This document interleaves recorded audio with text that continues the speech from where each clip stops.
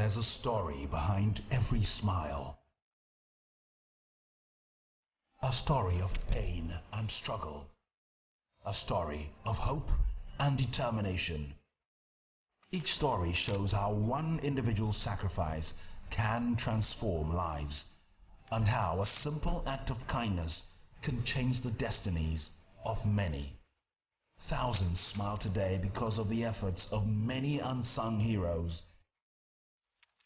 Heroes who looked past their own limitations to provide a limitless future for others. Be that hero behind someone's smile. MTN Heroes of Change. Be the change you wish to see. MTN Heroes of Change, showing Saturday at 4 p.m. on TV3. It's back.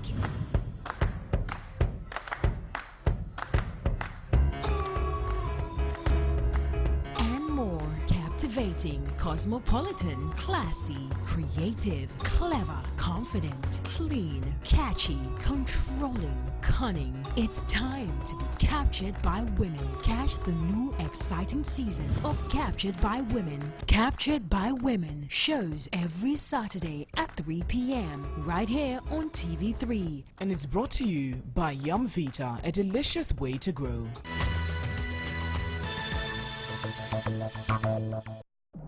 Reload some more entertainment on our Binge Watch Sunday. NEWSAT my car. Larry Siri.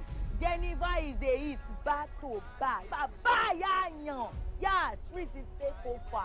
Tadi Olobe, what you are doing in our talu? Your boyfriend impregnated my sister. Point thing correct me. Number one, Sege not my boyfriend.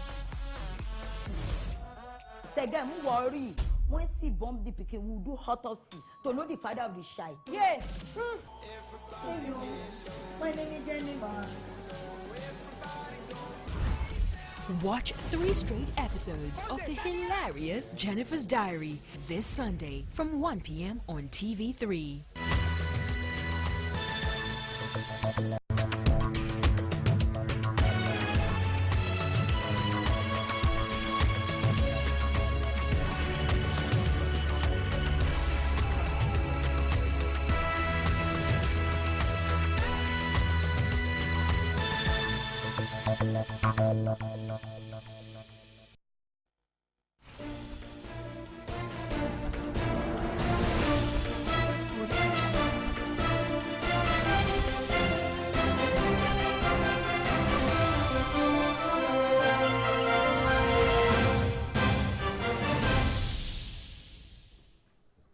Hello, it's the May Day edition of News at 10. I'm Stephen Enti and welcome to the news. We're live from the News Hub at Adesawe, Kanda, and streaming live on the internet at 3news.com and on Facebook, as well as on the DSTV channel 279.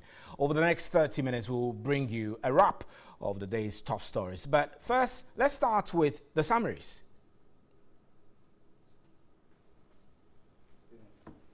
Over 700 people at Techiman North District have been rendered homeless after a rainstorm. Meanwhile, over 150 houses at Chiobodom and its environs in the Bunahafo region have also been ripped off following the rainstorm early hours Sunday. And President Akufo-Addo has launched the Nation Builders Corps geared towards tackling graduate unemployment. The program is expected to engage about 100,000 young men and women to assist in the public service delivery needs of Ghana.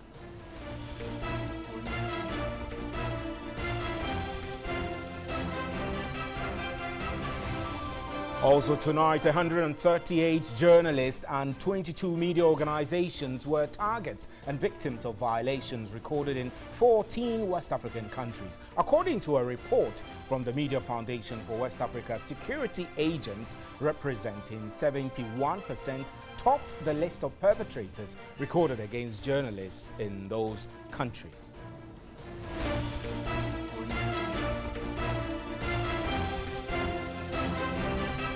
And elsewhere, at least 24 people are reported to have been killed in suicide bomb blasts in northeast Nigerian town of Mubi. The explosions happened in and around a mosque as Muslims were preparing for afternoon prayers.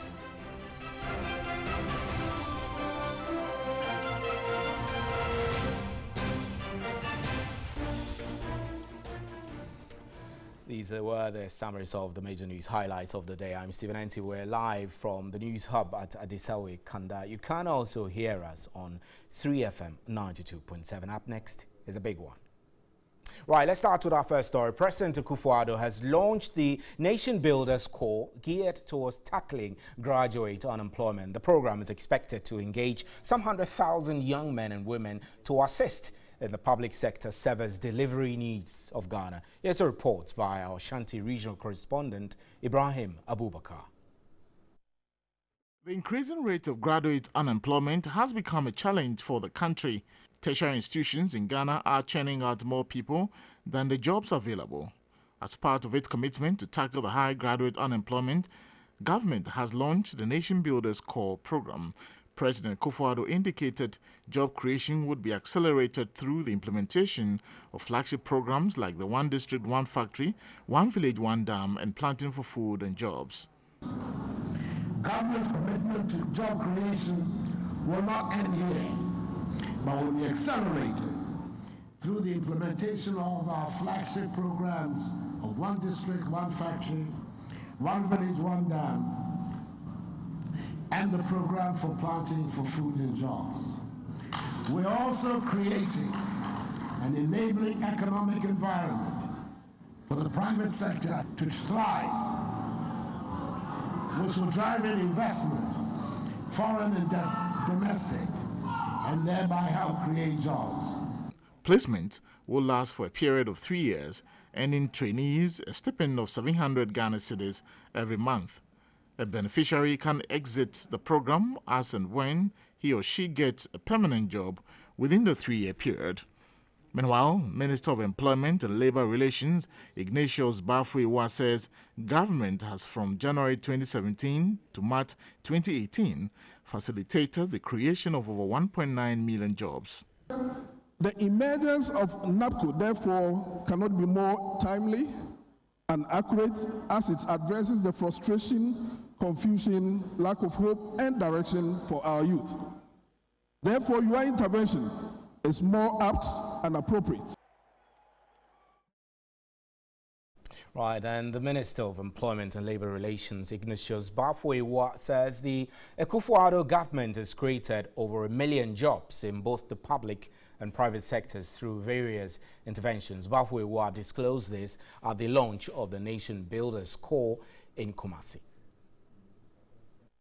The urgency to create jobs for the teeming graduates has become paramount, considering the fact that less than 10% of graduates that find jobs after their national service, according to a study conducted by the Institute of Statistical, Social, and Economic Research.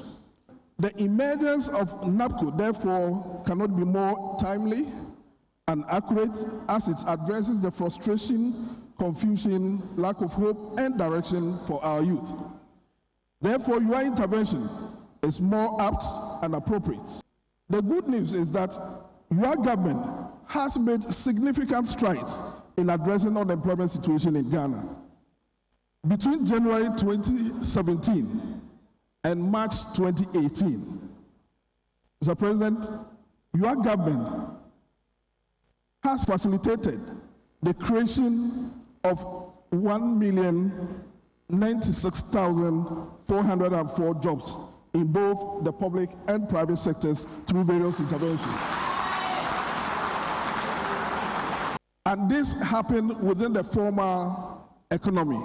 So what happened within the informal economy is not even accounted for here. I want to believe that if there is any single intervention which addresses the school to work transition in our country, we can't have any better program than NAPCO. Right, we have the Deputy Minority Chief Whip an MP for Banda, joining me in the studio tonight, Ahmed Ibrahim. Good evening, Honorable. Thank you extremely for joining us. Now, there are many who say that this is actually a very bold step by government with this Nation Builders Corps, and it is aimed at addressing the teeming unemployment challenge our country faces. This is a good move, right? My brother, to begin with, let me say a very good evening to you and to your cherished viewers as well. And to say a happy May Day to the millions of workers who make Ghana great, yes, making Ghana great again. Including the non-existing ones that the government is talking of.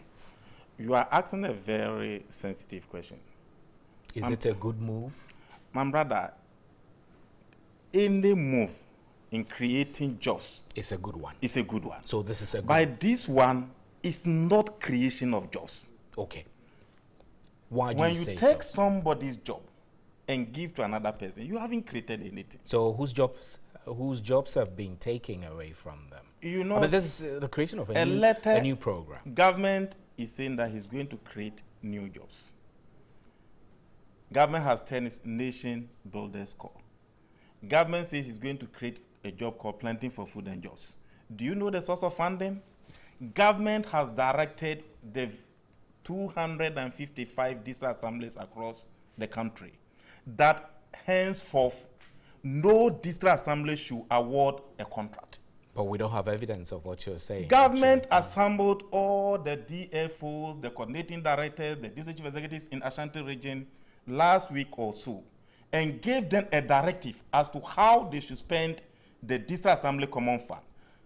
A percentage on Nation Builders Corps, a percentage on district assembly, on school feeding, 40% on school feeding, 20% on 20% on planting for food and jobs, 20% on Nation Builders Corps, and 20% on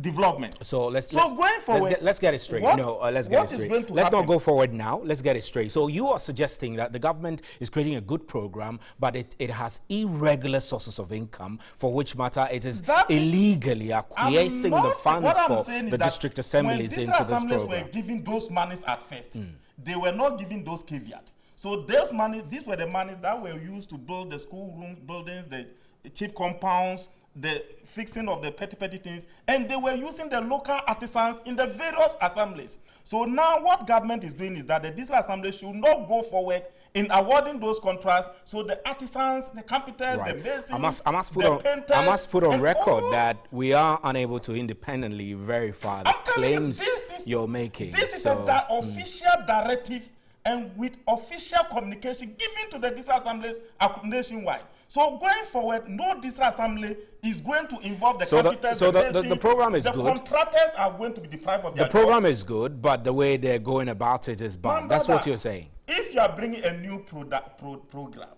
you shouldn't destroy the existing one. So now, because the Masons have not been to university, but you don't even see this as prudent management of the country's resources. Man, brother, let me tell you, when you sit in Accra, you think Ghana is Accra. Accra, you see the Labone Secondary School, you see the University Primary School, you see all roads are fixed, all schools are built. When you go to the rural areas, you see that people are sitting on the bare floor with their chairs without even furniture. So if you say the money that should be meant for them should be used to pay graduate workers, should not be used to construct their schools, their cheap compounds, people are being put on motor bicycles and sent to hospitals. So you're saying this program is virtually creating jobs in Accra while depriving the rural folks of jobs. Government has given every district assembly, all the 255 district assemblies, that those assembly, they should use only 20% of the district assembly common fund on development. And that development includes administration. So that no district assembly is going to put up school. Government has rolled up a free SHS.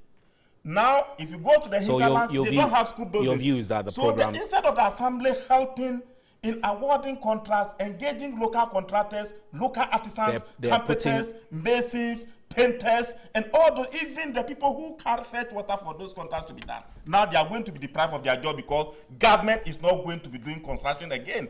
That is where my source of worry is. So you want the program to stop? It is not a matter. Government should fund a new source of funding for the program.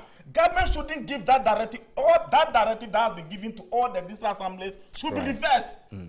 That is my sort of worry. So that directive should be reversed. The district assembly decentralization must be allowed to work.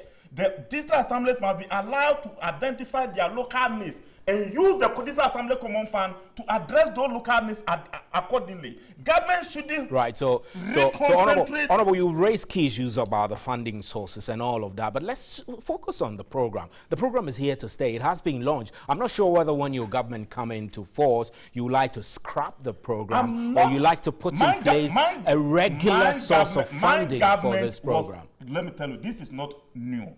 I know. My government included this program in the youth employment in front of pay internship. And the Kufuor administration started exactly where graduates were being paid. So you don't rename it. After renaming it, then you say that henceforth, no, this assembly should be using 20% of their money on it. They should not use it. So it means that you don't even believe that government.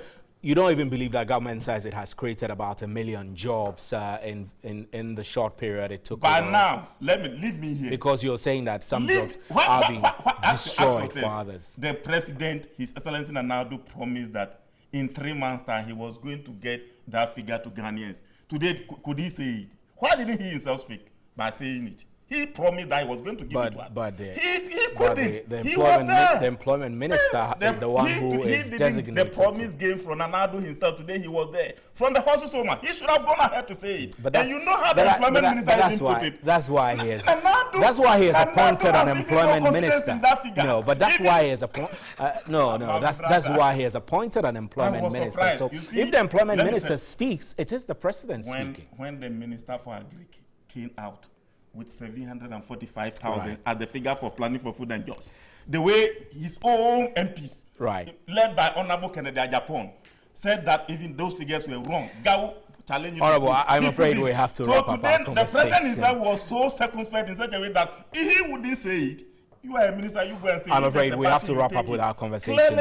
Honorable Ahmed Ibrahim, we are challenging them from minority that they should bring the regional and sectoral breakdown of the figures. So that we all know the breakdown. So claim that they've created 1 million jobs Honorable, within we're grateful for within time. 15 months. Thank you extremely for joining us. Very heated answers you're giving me there, but we seek to make the program better, I guess. I want to, so that graduates could get key skills that are needed to be in the job market. Let's do some other stories now. They work tirelessly for their companies to thrive, but do their rewards and conditions of service match the work they do? As the world celebrates workers everywhere, we've been finding out what could be the ideal incentive for the Ghanaian worker. The introduction of incentives tend to motivate employees to give up their best at the workplace. Well, some institutions will even go to the extent of increasing their workers' salaries, giving them bonuses, and even instituting award schemes. Well, as Ghana joins the rest of the world to mark Workers' Day, we ask, what is your ideal incentive? A house, a portable one, of course, not any other quarters, a portable house where the person can at least have his peace of mind and then he will work effectively. Well, a house may not be too much to ask for if that is what will motivate the person to give off his best to turn things around in a company. Salary increments and allowances are also key to some workers. You increase the salaries. As you increase salaries, it should come along with some other side monies that we can use to meet our needs. You know, relying on the salary alone, sometimes, especially those with families, you are not able to meet some of the needs. Some of us really get a very early light, maybe 6 a.m. and then leave around 6, 7, still working. So I think they should motivate those of us by giving us very heavy incentives because it's very necessary. Nowadays that they are strict on time, so I believe that we should look at transportation in general. You know, it's not all of us who are having cars to come to work, and we are supposed to come to work early. And sometimes look at the traffic. If they can provide a vehicle, they can give soft loans for most of the workers to get these vehicles at a reduced price, and they can pay at a lower rate. For some, being recognized for hard work done is the ideal incentive. If the organization will give me that opportunity to rise through the ranks and go to the top, then I believe that is a motivation for me as an individual. But if it is like you cannot rise through the ranks, then that, for me, that organization is not worth working for. So they should give us like bonuses and other stuff, so it will motivate us to work hard. Rent allowance and other stuff. It all comes like together as in the money. So like in student maybe awards beside our problem, trying to give a soft loan from the bank to them so that their standard of living will be very, very good. For May Day, I don't think it's even significant for us to be celebrating because there are a lot of issues, and every year they bring out a very nice and conducive words. That part maybe doesn't even help the layman at the end of the day. Well, these views are likely to reflect what other Ghanaian workers would expect from their employers. Hope the employers are watching. And this is still News at 10. We're live from the News Hub at Adesawe Kanda on May Day. We have more news for you. Please stay.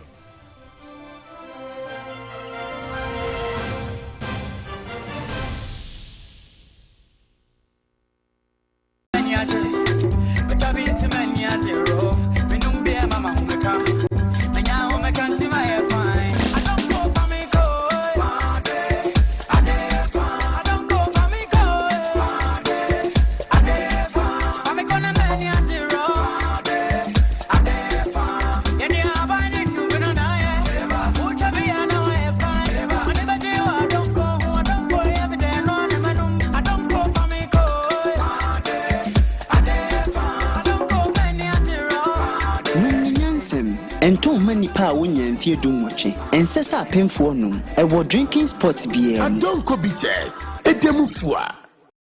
There are lots of amazing stories out there. What we do on News 360 is to bring to you the most compelling news by teasing out the right pieces that bring the stories to life. My job is to present to you the news in the most gripping manner and asking the critical questions that bring out the needed detail out of the stories. My name is Alfred Okansi.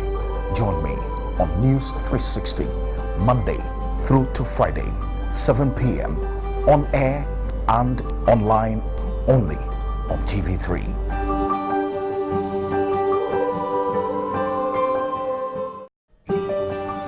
To every story, there's a deeper meaning, a host of angles, which, when reported with the highest ethics of journalism, bring out the perspectives that matters most to you. That's what News 360 is all about. I seek to climb higher, dig deeper, and go further to bring you 360 degrees of the news and what happens thereafter. I'm Natalie Fort. Join me on News 360 every weekday at 7 p.m.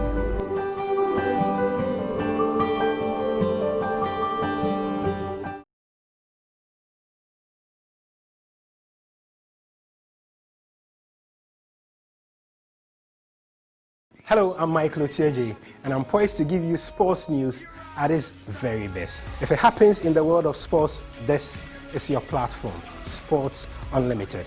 All the news, the exclusive interviews, the analysis, the scores, the statistics, and what it means for your favorite team, your favorite player, and your favorite sport. Sports Unlimited every Tuesday, Wednesday, and Thursday. Sports Unlimited, sports news at its very best. Sports Unlimited, Tuesdays to Thursdays, 10:30 p.m. right here on TV3.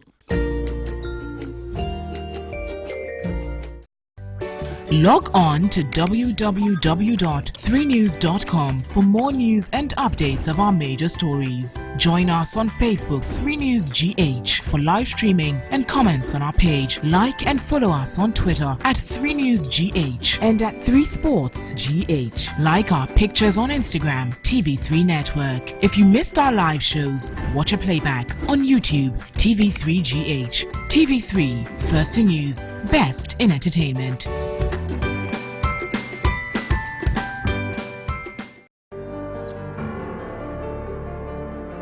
Everything you need to know. Captivating. Reliable. Credible and breaking news. All at your fingertips. Who's found Asamoah Gyan? Super finish! Being on top of the news has never been easy. Visit us at www.3news.com for all your reliable news. 3 News, news at your fingertips.